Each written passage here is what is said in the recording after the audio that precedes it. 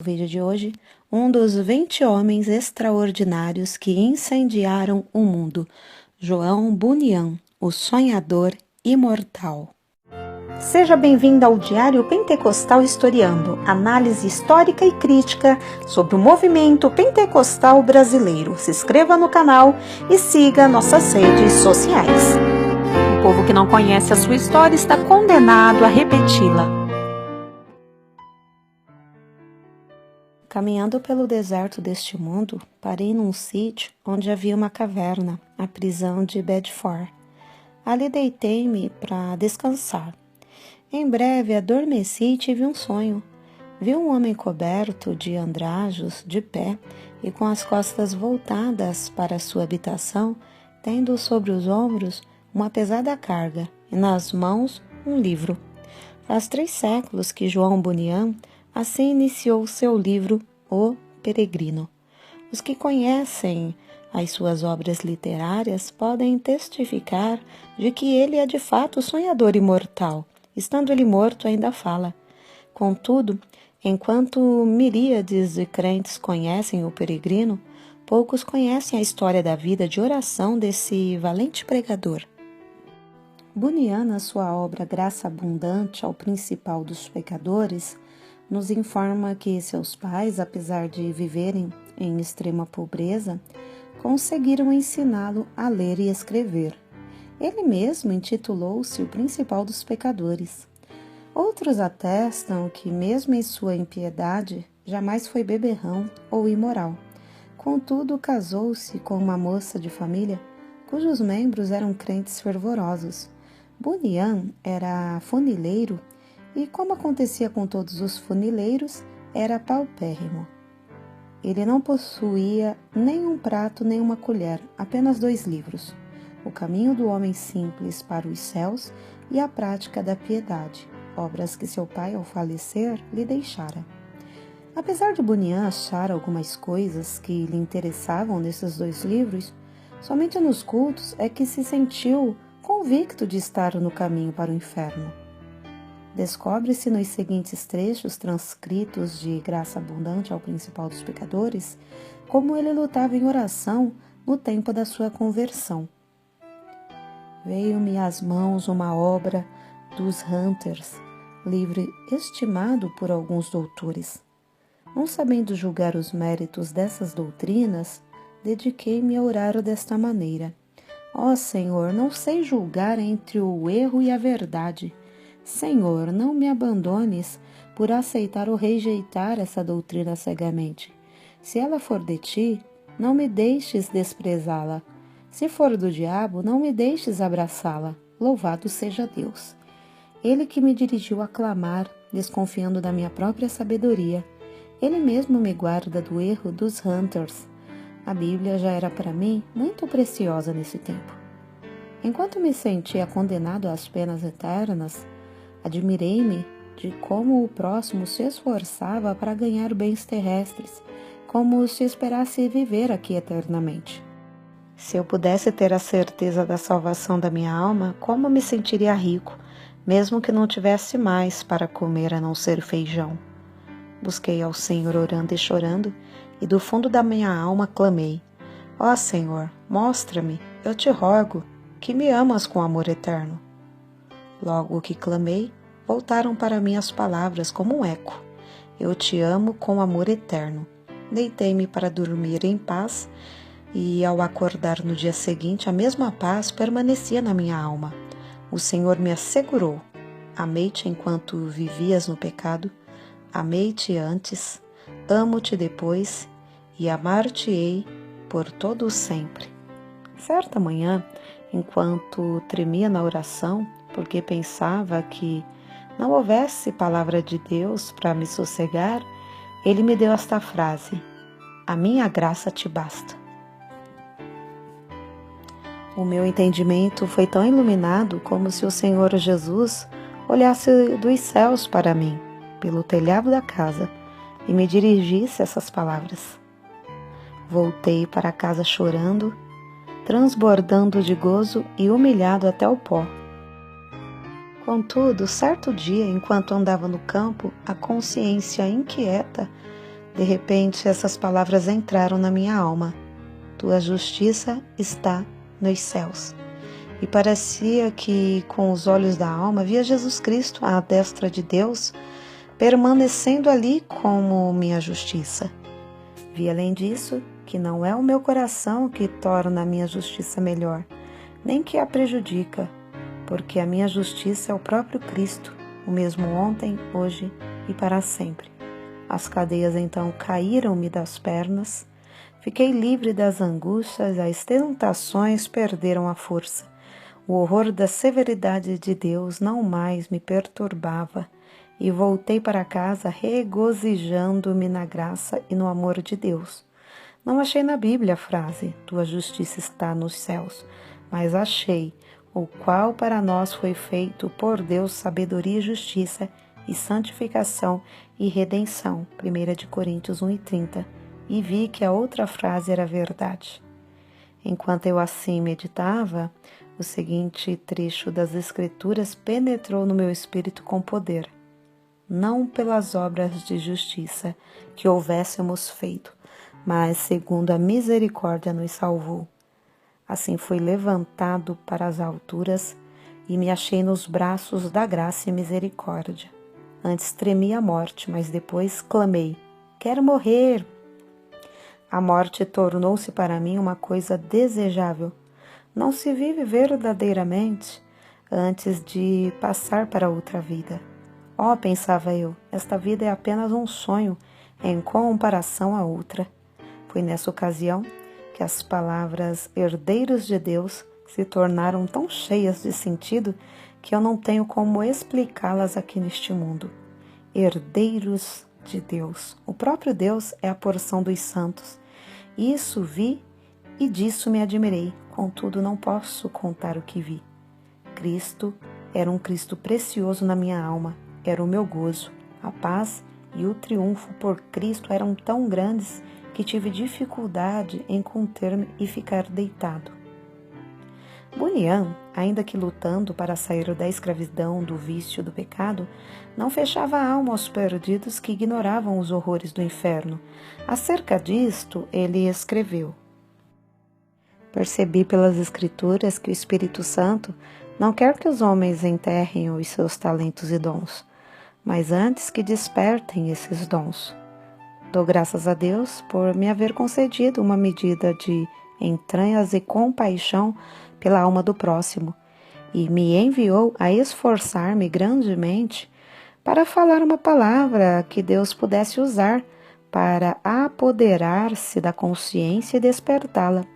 Nisso o bom Senhor respondeu ao apelo de seu servo, e o povo começou a mostrar-se comovido e angustiado de espírito ao perceber o horror do seu pecado e a necessidade de aceitar a Jesus Cristo.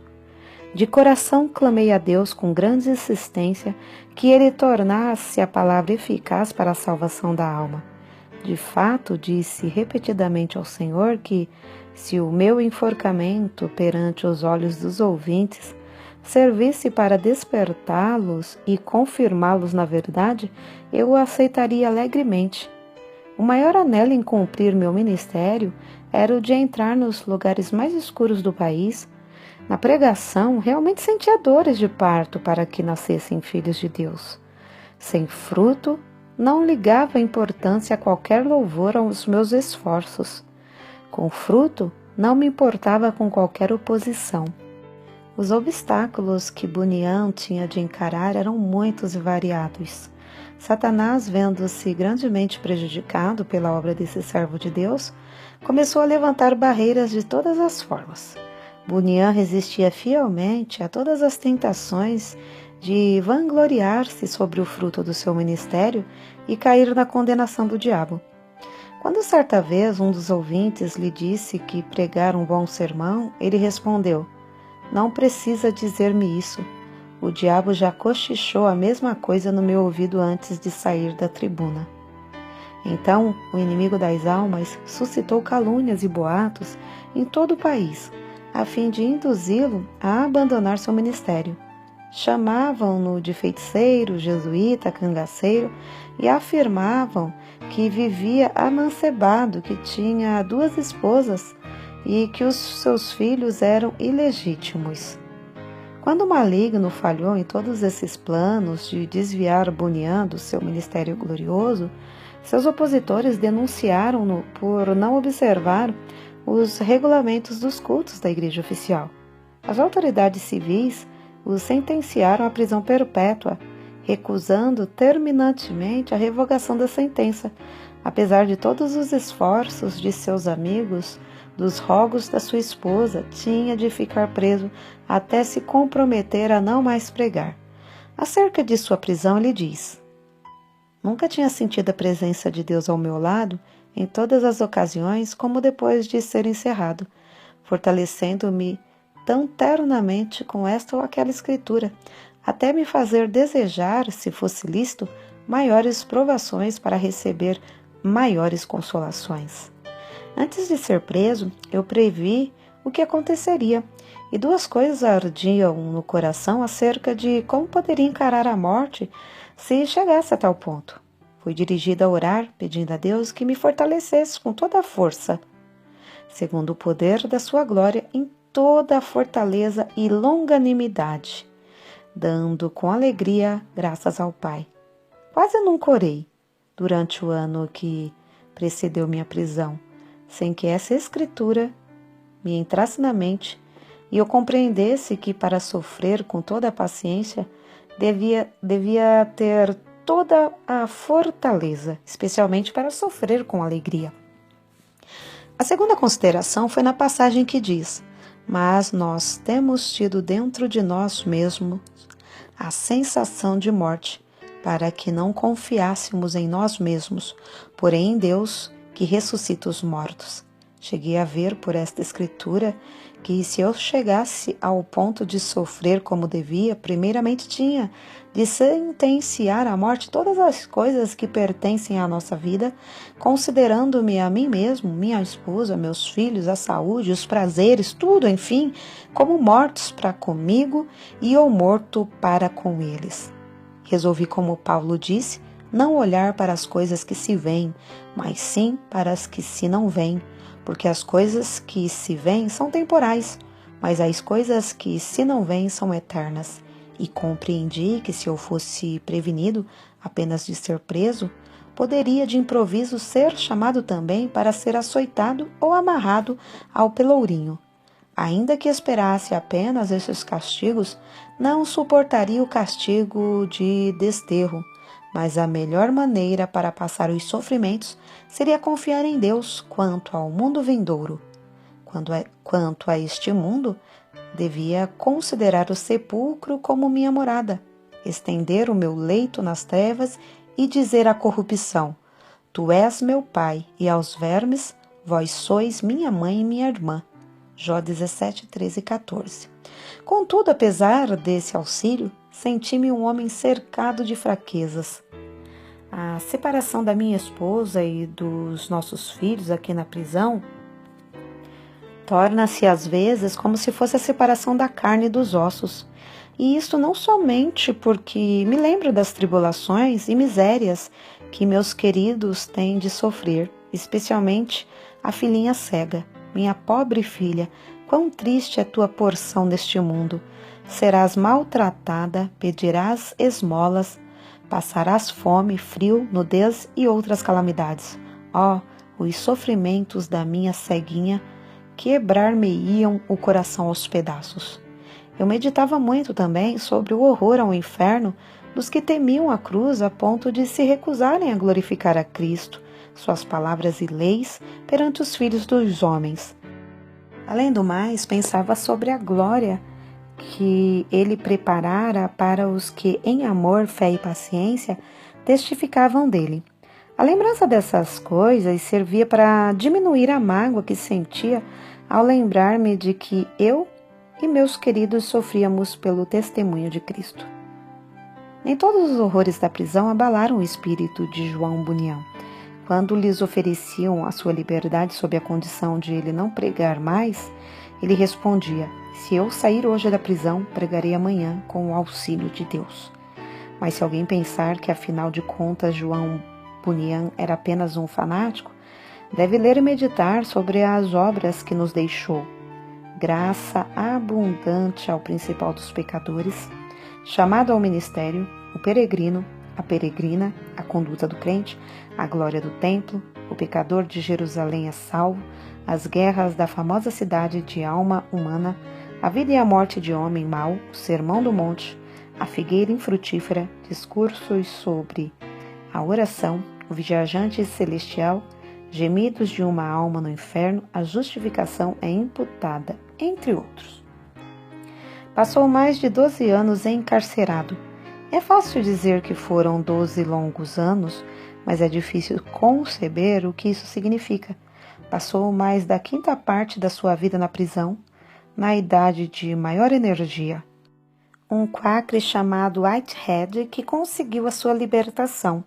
Depois de liberto, pregou em Bedford, Londres e muitas outras cidades. Era tão popular que foi alcunhado de Bispo Bunyan.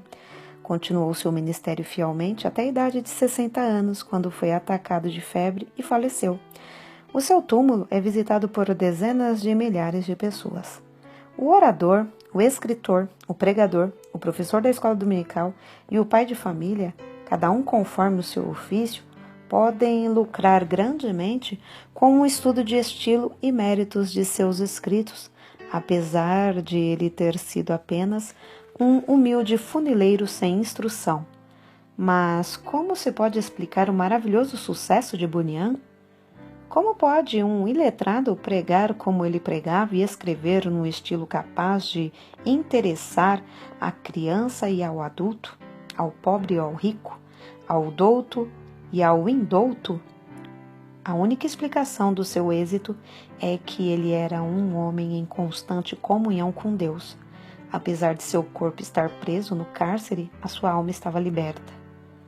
Porque foi ali, numa cela, que João Bunyan teve as visões descritas nos seus livros, visões muito mais reais do que os seus perseguidores e as paredes que o cercavam. Depois de desaparecerem os perseguidores da terra e as paredes virarem pó, o que Bunyan escreveu continua a iluminar e alegrar todas as terras e gerações. O que vamos citar mostra como Bunyan lutava com Deus em oração. Há na oração o ato de desvelar a própria pessoa, de abrir o coração perante Deus, de derramar afetuosamente a alma em pedidos, suspiros e gemidos. Senhor, disse Davi, diante de ti está todo o meu desejo e o meu gemido não te é oculto. Salmos 38:9. E outra vez, a minha alma tem sede de Deus, do Deus vivo, quando entrarei e me apresentarei ante a face de Deus. Quando me lembro disto dentro de mim, derramo a minha alma.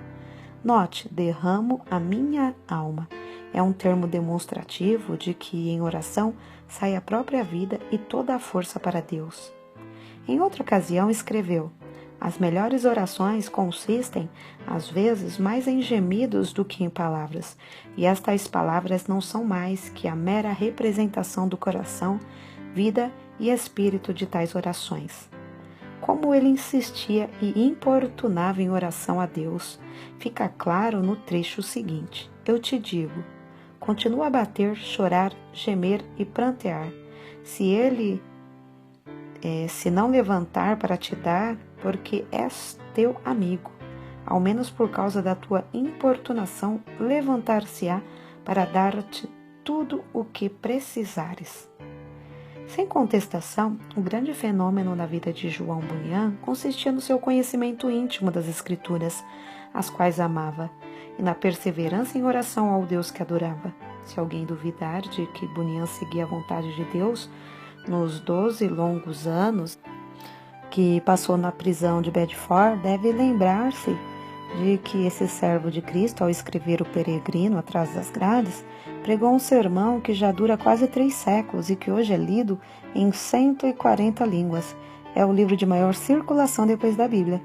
Sem tal dedicação, não seria possível conseguir o incalculável fruto eterno desse sermão pregado por um funileiro cheio da graça de Deus.